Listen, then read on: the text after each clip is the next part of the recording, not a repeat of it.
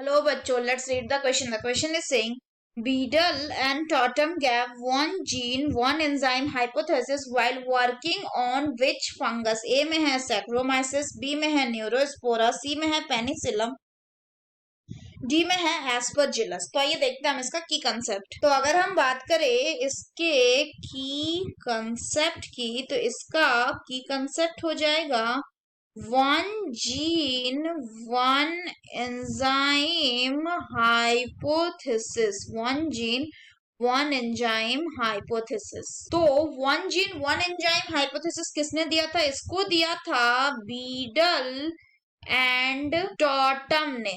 इन्होंने किस पे काम किया था? अगर बात करें तो इन्होंने काम किया था न्यूरोस्पोरा क्रैसा पे। Neurospora crassa. तो अगर हम बात करें बीडल एंड टॉटम के वन जीन वन हाइपोथेसिस का, तो ये क्या बोलता है? ये बोलता है कि ईच जीन डायरेक्टली प्रोड्यूसेस, क्या प्रोड्यूस करेगा? ये प्रोड्यूस करेगा एक सिंगल एंजाइम को which consequently affect the individual step in a metabolic pathway. तो अगर हम बात करें कि इन्होंने न्यूरोस्पोरा क्रेसा को क्यों चूज किया था, क्योंकि न्यूरोस्पोरा एंड क्रेसा का जो लाइफ साइकिल होता है उसमें हैप्लॉइड एंड डिप्लॉइड फेज दोनों होता है, तो इसीलिए ये उनके एक्सपेरिमेंट को इजी कर देता है। फर्दर अगर हम बात करें तो जो न्यूरोस्पोरा का सेल होता है उसको लैब में सिंपल मीडियम में हम ग्रो करा सकते। तो इन्होंने क्या किया था? इन्होंने इस न्यूरोस्पोरा क्रेसा को किसमें ग्रो किया था? बारी बारी से दो मीडियम में ग्रो करवाया था। एक मीडियम जो था वो था आपका मिनिमल मीडियम, और दूसरा मीडियम जो था that is called as the complete medium. तो मिनिमल मीडियम की अगर हम बात करें तो मिनिमल मीडियम वो मीडियम है जहां पे जो न्यूट्रिएंट का सोर्स है वो क्या होगा? वो सिर्फ शुगर, सॉल्ट एंड बायोटीन होगा। जब न्यूरोस्पोरा इस सेल जो है वो इस मीडियम में सरवाइव कर सकता है,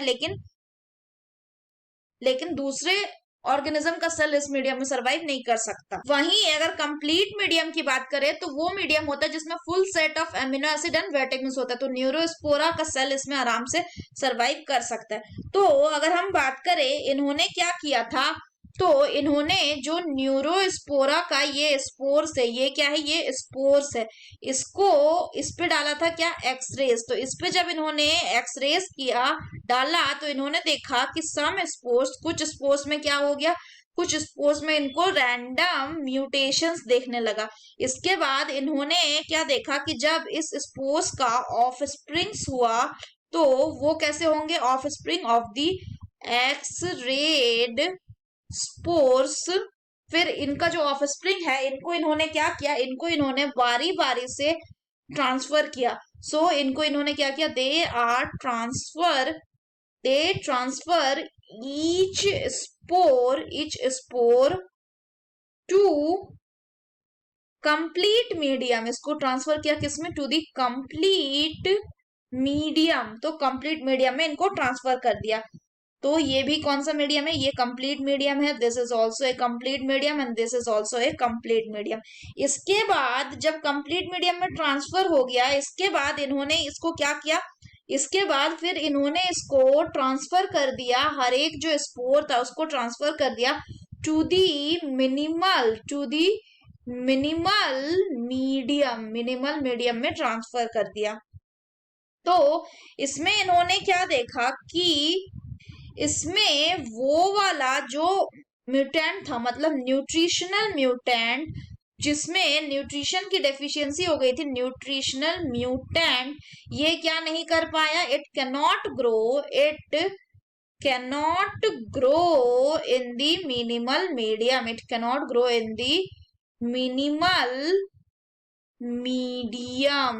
मीडियम में ये ग्रो नहीं कर पाया, जबकि ये बाकी दोनों जो थे वो कैसे हो गए? वो ग्रो कर गया था। तो इसमें इन्होंने कंक्लूजन दिया कि अगर कोई म्यूटेंट जो है वो मिनिमल मीडियम में ग्रो कर रहा है, किसके साथ? कुछ एमिनो एसिड के साथ, इसका मतलब है कि it must be unable to make one or more amino acid.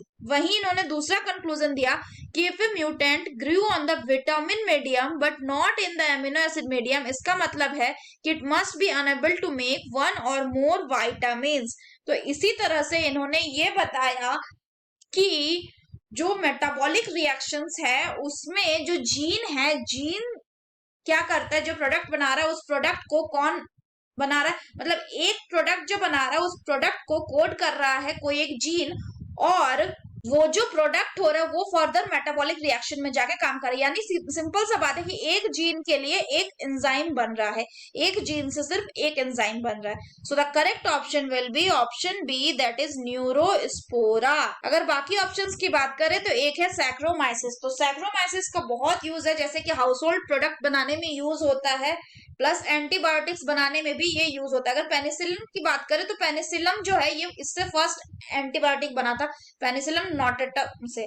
अगर हम एस्परजिलस की बात करें तो एस्परजिलस का भी बहुत ज्यादा यूज है किसमें, इन दी हाउस होल्ड प्रोडक्ट। तो एस्परजिलस जो है तो एस्परजिलस में भी एस्परजिलस निगर स्पीशीज जो होते हैं इसको यूज किया जाता है to produce the extracellular food enzyme and the citric acid. So that's all for the question, बच्चों. Hope you understood it well. Best of luck.